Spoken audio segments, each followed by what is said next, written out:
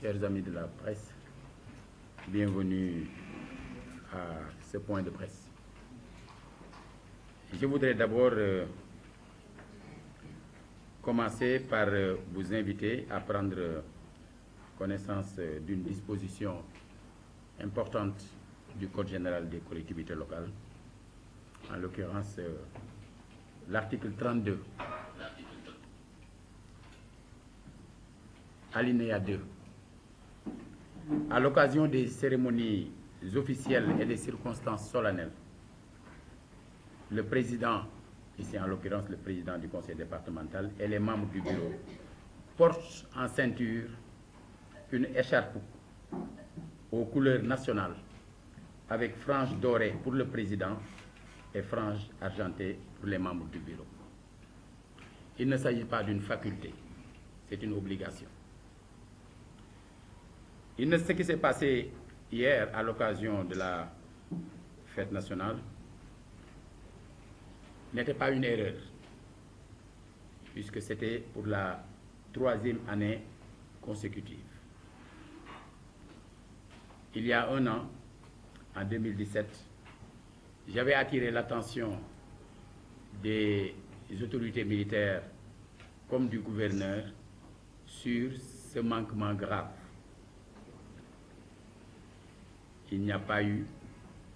d'acte allant dans le sens de corriger ça. On le dit souvent, nul n'est censé ignorer la loi. Mais ceci est d'autant plus inacceptable qu'il s'agit de personnes, ou principalement d'une personne, qui ne peut pas avoir le prétexte d'ignorer la loi. Je veux dire ignorer dans le sens connaissance du terme. Cette année, j'ai pris les devants, comme l'année dernière, mais en insistant un peu plus auprès des autorités militaires comme du gouverneur, qui, puisqu'il s'agit de la loi, nous ont donné raison. Mais je leur avais dit que cela ne se passerait pas sans réaction. Donc je vous invite à comprendre que ma réaction, en ne me levant pas, c'était la réaction la plus polie que je pouvais avoir face à ce manque de respect notoire aux différentes règles de la République. La République qui a des valeurs, des principes et des symboles. Si nous sommes invités en tant que maire de la ville et en tant que président du conseil départemental à aller nous incliner devant le drapeau, ce n'est pas parce que nous sommes plus citoyens que les autres. C'est parce que nous occupons les fonctions de représentation qui nous permettent, qui nous autorisent, ou peut-être même à la limite qui nous imposent d'avoir cette démarche pour représenter les populations devant le drapeau national.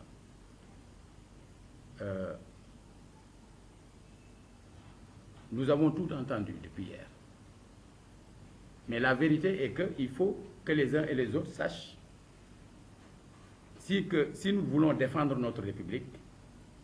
c'est en ne laissant pas passer ces actes qui ne sont pas acceptables.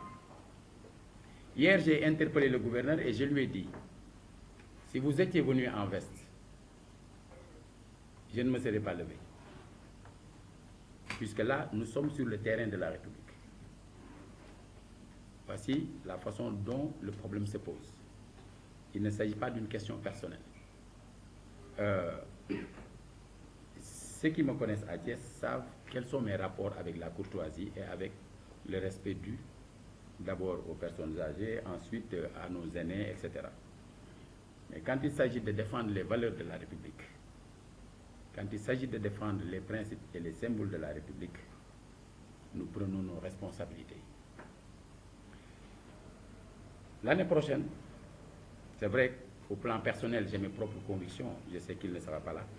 mais au plan personnel, je tiens à vous dire que l'année prochaine,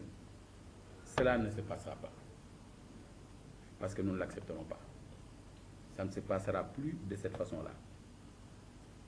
Vous savez, 80%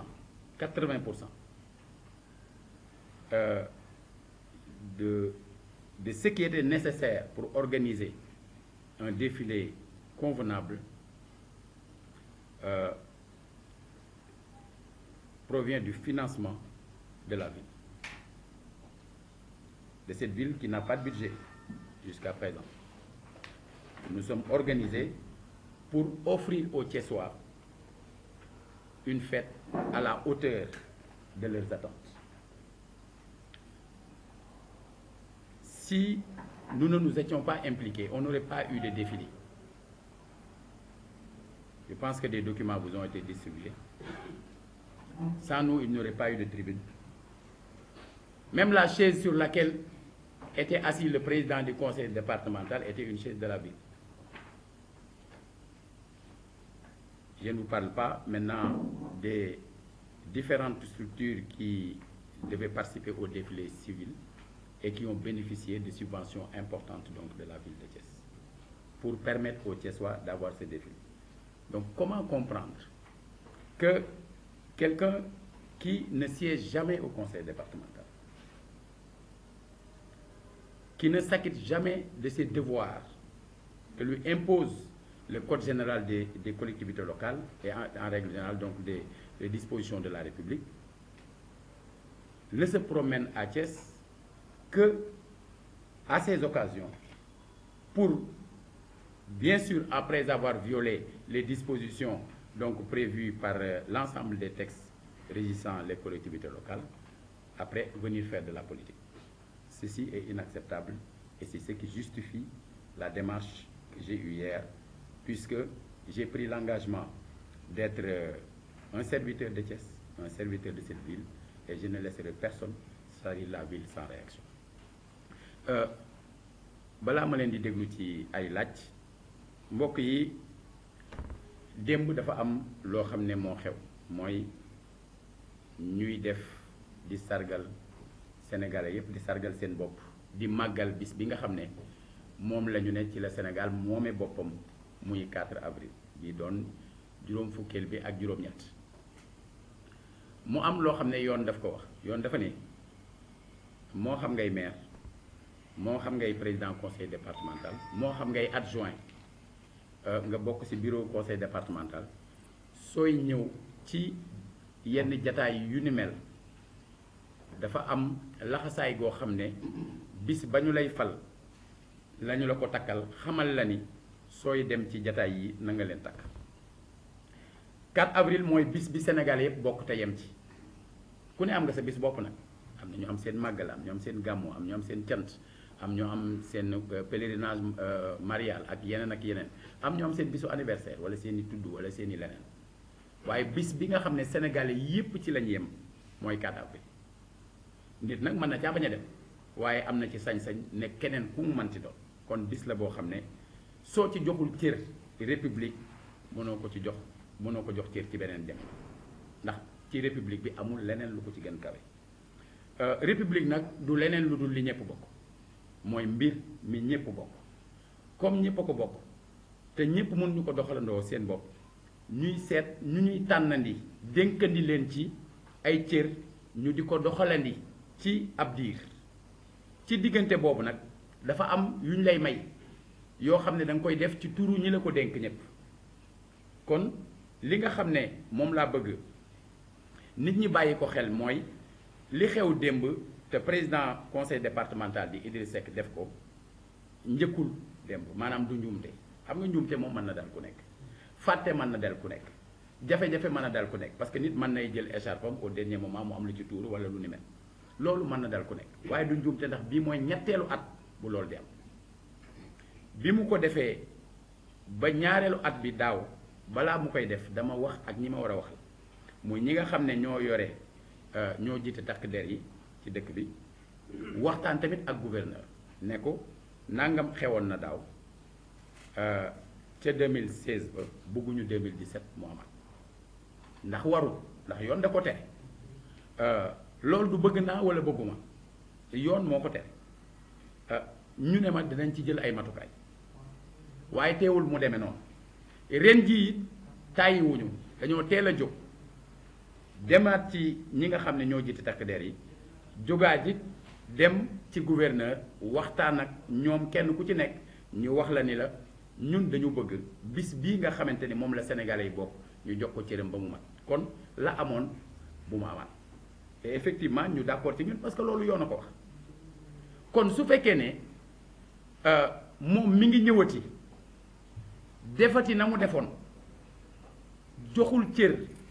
li nga xam ne mooy république bi maanaam dafa mel ne ku doon doxantu rek pour ñëw seetaan si comme ñëpp amul benn respect ou benn déférence boo xam ne amel nañ ko man yàlla dafa dogal ma bokk ci ñi ñuy tuddee jullit te yoon boobu am lu mu wax mooy ku la nuyu da nga koy fay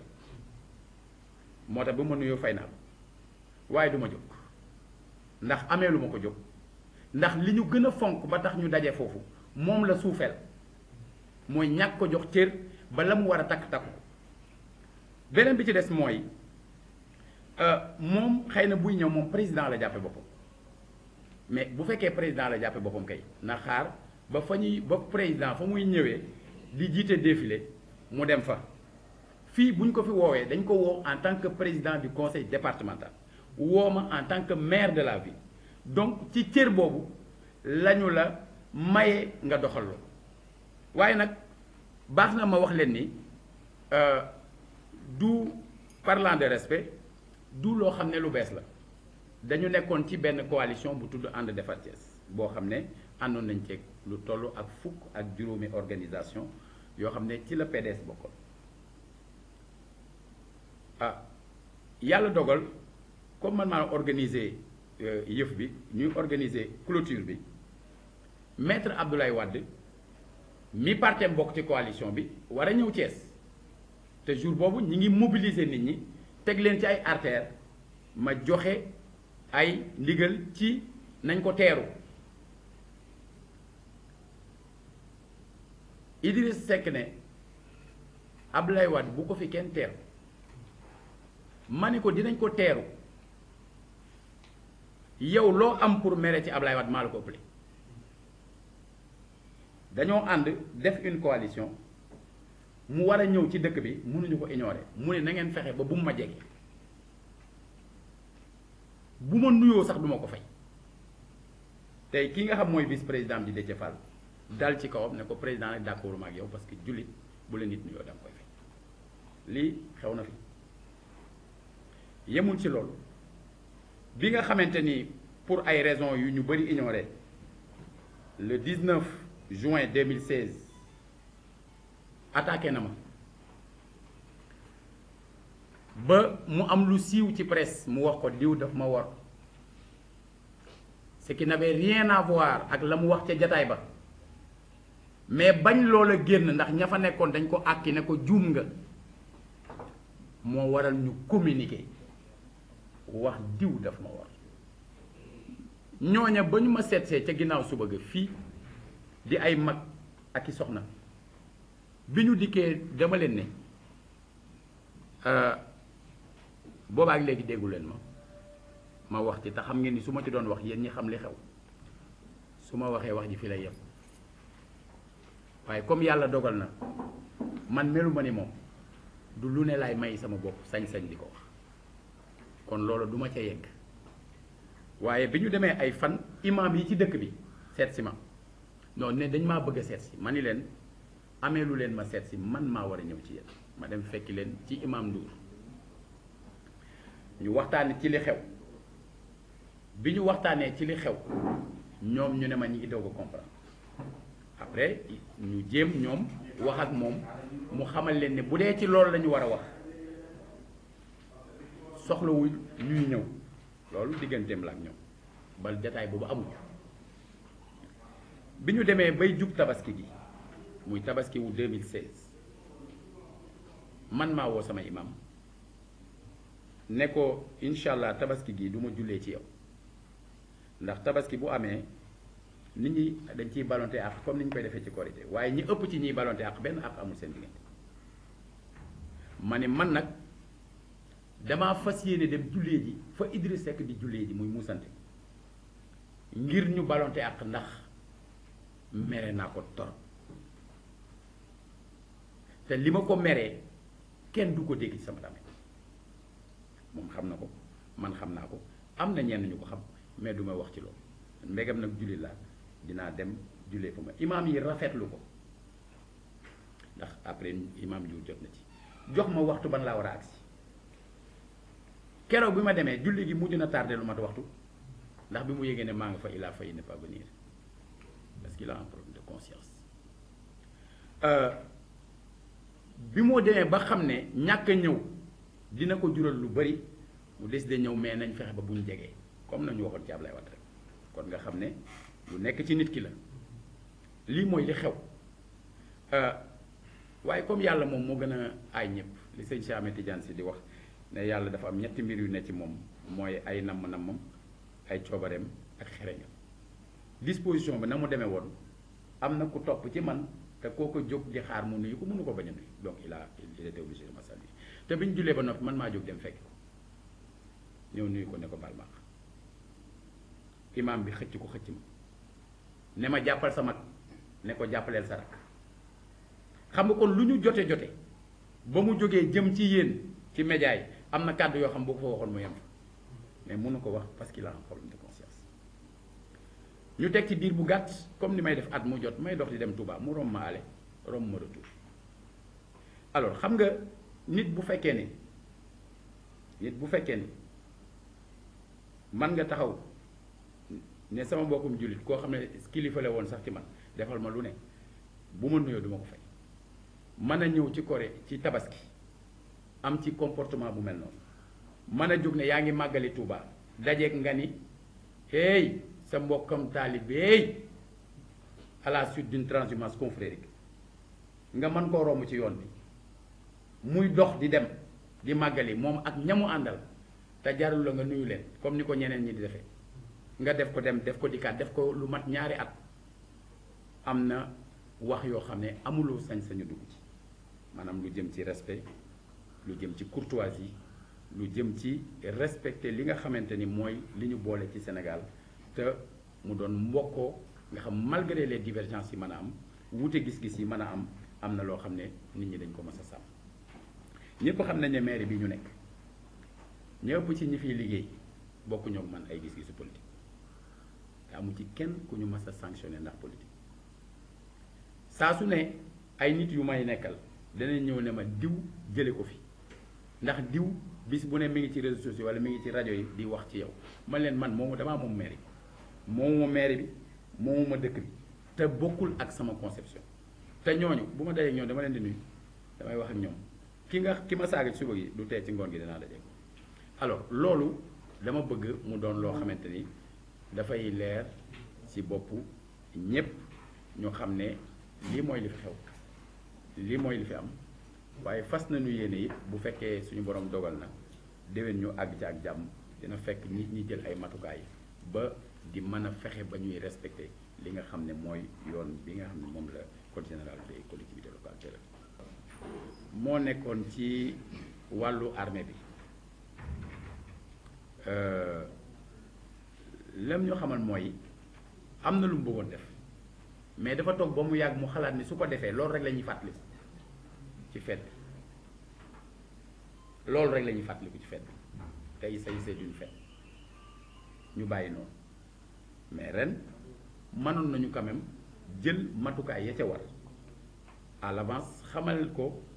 ni ko soo defee nii danañ def xawma nag lu ñu waxante ak moom te il n'avait même pas besoin de lui parler c'est une application de la loi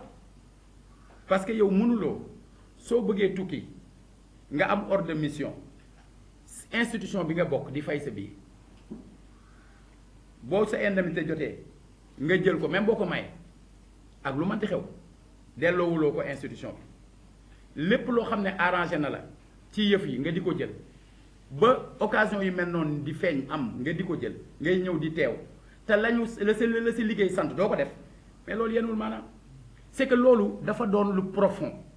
parce que nit ku mën a nekk ci mairie d'abord pendant tout un mandat buñ la tegee bët ci institution bi ñaari yoon lay doon un deuxième mandat ñëw ginnaaw tayle bi buñ la tegee bët ñaari yoon lay doon muy bis bi ñu la fal ak bis bi ñuy taxawal ay commission nga wëlbatiku jëm conseil départemental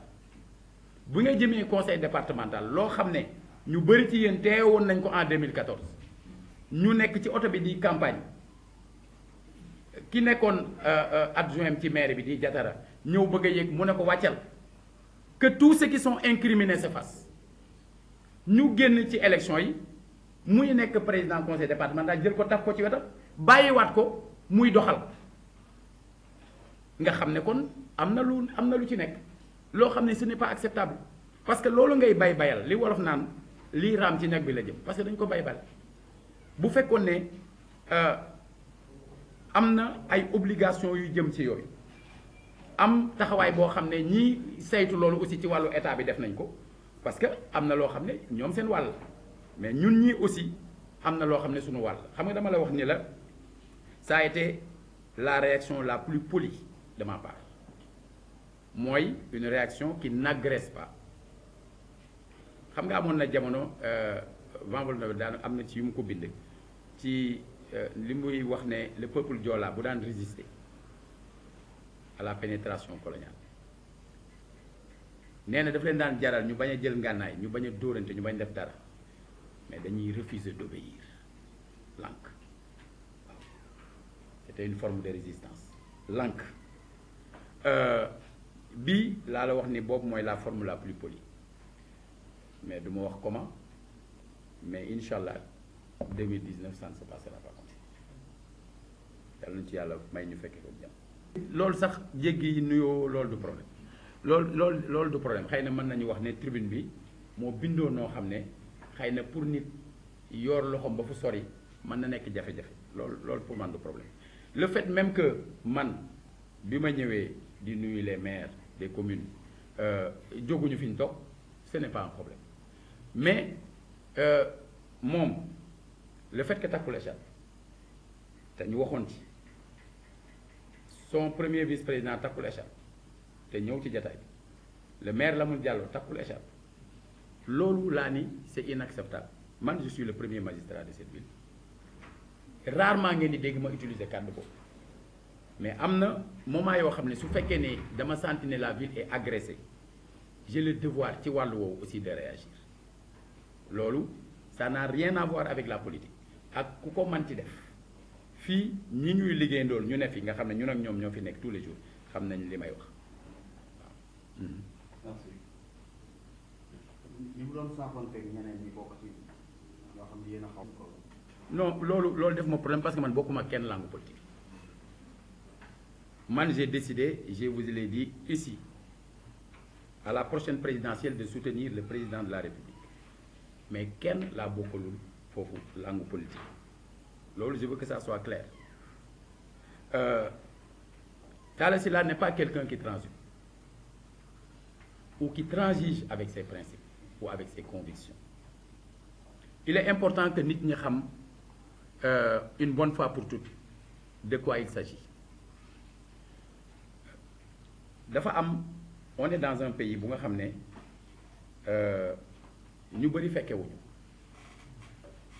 lu bëri Sénégal judduwul ñu ngi doon def démb 58e anniversaire donc judduwul démb le 25 février bi ñu weesu maa ngi doon organiser conférence ñuy waxtaane 38 ans d'engagement politique yu ma def et ci biir 38 ans yooyu benn posture laa ma sa nekk mooy je suis du côté du peuple. Quand je dis je suis du côté du peuple mooy à chaque étape damay analyser seet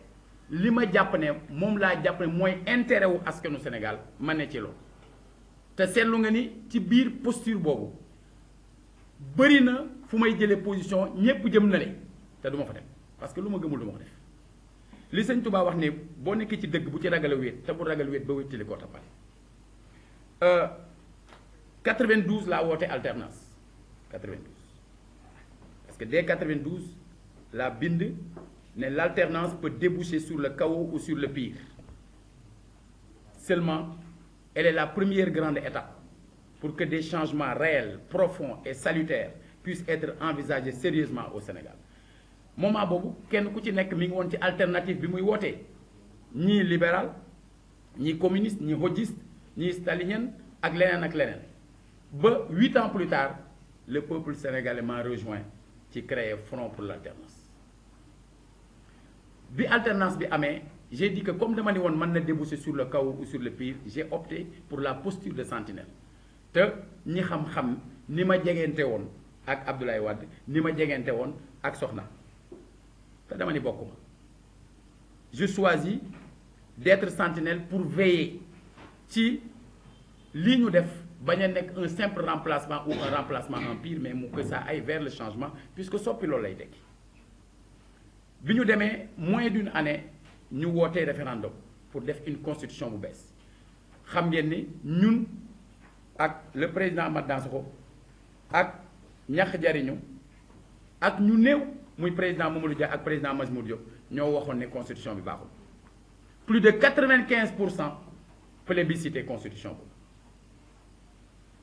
ne alhamdulilah mais defe naa ne bi ñu demee tuuti gis nañu constitution boobu ca la prorogation des mandats des députés amee en 2006 ca la problème mu troisième mandat posé ba ñu jël position bi 95% et quelques ñi nga jëm na de te teewul ñu jël la suite nous a donné raison 2001 bi ma nekkee assemblée nationale di dénoncer la majorité mécanique qui était en vigueur dans cette assemblée kenn faalewu jamono boobu coowu xaalis yi am après yépp ca la juddu ma di ko poser di ci wax personne ne m'a écouté ba jour bi may démissionné jarul du objet bi du wax les raisons mais bi ma démissionné le peuple sénégalais 10 ans plus tard à l'occasion du 23 juin 2011 m'a donné raison en se présentant devant les portes de l'Assemblée pour crier ab imo pectore ne du ngeen fi voté député du ngeen voté parce que nekkalu leen ñu fi président ngeen fi nekkal 10 ans plus tard donc wéetaay bële àdduna dem na ba jox ma dëgg 2005 am na yu ma tëb 2005 ma woote pour que ñu def les rencontres citoyennes parce que dama leen mbir mi parti politique dootu ko régler il faut que des citoyens di daje di waxtaane lu citoyens yi bokk et effectivement ñu def ko sur l'économie enjeux défis trajectoire perspective def ko sur l'agriculture et les ressources animales def ko sur l'industrie et le commerce def ko sur la santé et l'action sociale def ko sur l'éducation et la formation def ko sur les institutions invité ñépp mais loolu moo jur assise nationale bi opposition bi boycotté les législatives de 2007 te nous leur avions dit que boycott bi baaxul ñoom itam mais bi ñu ko boycotté ils se sont retrouvés en dehors des institutions ñu xalaat loolu ma doon def ñu woote ko mais pour éviter de me reconnaître la paternité ñu tudde ko assise nationale au risque de créer benn polémique sur le caractère national ou pas de ces assises mais ñi ki suivre assises gis ne au niveau départemental les assises s'appelaient consultation citoyenne lan mooy différence bi entre consultation citoyenne ak rencontre citoyenne mais li am solo mooy ñun ñëw bokk ci jël documents yi ñu amoon fële sof ci pourquoi parce que ce sont des rencontres des échanges pour le Sénégal et pour les Sénégalais ñu def ko ba génne benn charte de bonne gouvernance démocratique ba pare génne ay conclusions dans les différents domaines au plan économique au plan social au plan culturel au plan politique war a teg ay institutions yu baax yu tege nit ñoo ñu ko doon waxtaane nag personne ne peut les soupçonner d'avoir comploté puisque fa ñu jógee bokkul syndicat presque yépp la dajale parti politique yi dajale même ay militaires dajale ñeneen ak ñeneen ñu waxtaane Sénégal pour seet nan la ñuy fexe ba système bi nekkoon en vigueur te ñu ko doon dénoncer ñu dindi ko mais bañ ko defee ba pare xam ngeen ni initiative bu créer l'expression politique des assises nationales muy le Benno ci man la jógee ci man la jógee maa ko dox maa ko njëkk a présider ba ñu daje ba waxtaan at moomu j'ai été le président du comité électoral national de Benno Siggil Sénégal ba lay xew ci local yi xew ci ba pare mais biñ ci jógee comme dañu waxoon ku ciy bokk ku ne da ngay signer la charte de bonne gouvernance des assises nationales le président Macky Sall qui à l'époque venait de créer un parti politique qui n'était pas encore reconnu bëgg rompre son isolement ñëw pour bokk Benno mais comme bokkoon na ci yi ñu tëraloon pour nga bokk ci Benno mooy nga signer la charte des assises bi mu ñëwee ne damay signer mais en mettant des réserves ndax ba ñuy liggéey loolu fekk ko fa woon bokk ci woon ñu ne ko doo signer doo def réserve parce que fii amul réserve tu signes ou tu signes pas mais signé na mais daf ko tee am réserve maanaam nga bañ a bind réserve bi ci këyit bi dalaa tee am réserve et il n'a jamais manqué une occasion d'exprimer ses réserves en public ou en réunion alors kon suñu demee di voter premier tour moom mu génn moom ak Wade le comité national de pilotage des assises nationales am na lu bëri lu ca xew ba benn décision génn le 3 mars 2012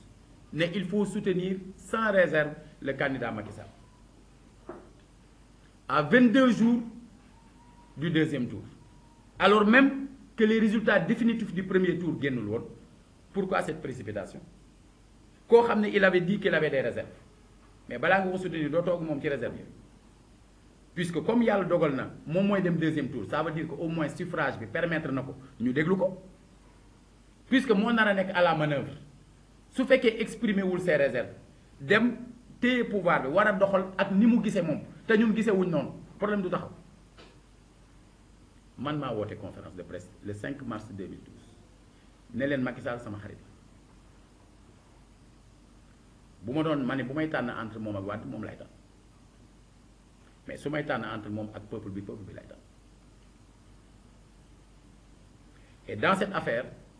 dañoo war a génn ci lañ daan wax ñun bu njëkk na dem te dugg ci na deñ boobu moo nekkoon à la base des assises nationales système bi ñu neexul na deñ parce que le problème ce n'était plus un problème de personne c'est un problème de système alors bu ñu jógee ci bu ñu demee ba ci na deñ après na gën mooy ñëw loolu laa leen wax mais qui ne m'a pas attaqué donc xam comme solitude bi tàmm naa ko kan moo ma attaqué wu ne ma yaa rien à dire bu Wade demee rek dina deñ te bu Wade demee mu gën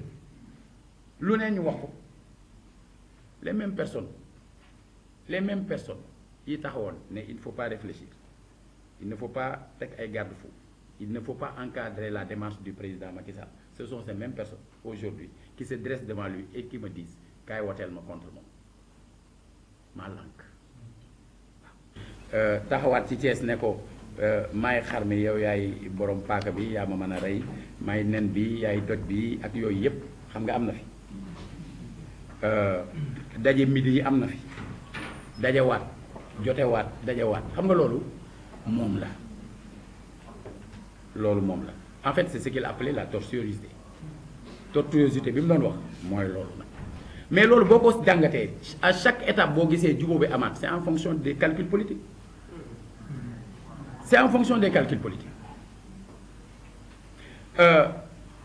xam nga wolof moo ne jikkoog borom pax sëriñ bi dafa doon nettali mu ni soxna si dafay dox ci àll bi ba mu yàgg mu dajanteeg perantalu till nee na yaay ja dee nee na baay ba dee mu yërëm ko yóbbu ko këram di ko nàmpal ak soowu xaram ba bis till ba mat till nee na soxna sa dem marché ñëw fekk till ba rey xar ma ko doon nàmpal mu wax ko nag ne ko ku la ni till la jur ndax yow mi ñu yar ci këru nit ak nit ni mu nitee di la nàmpal ak soowu xar ak xar ni mu lewete te teewul nga fàttaliku ne till la jur loolu mooy wane ni siddit sori na ca borom te mooy jikko loo ko defar bu siddit ba yëngoo mu dellu fa mu dem loolu muy def mënu ko bañ def mais loolu il est libre man duma insulter lu ajuwul ci man duma insulter lu ajuwul ci man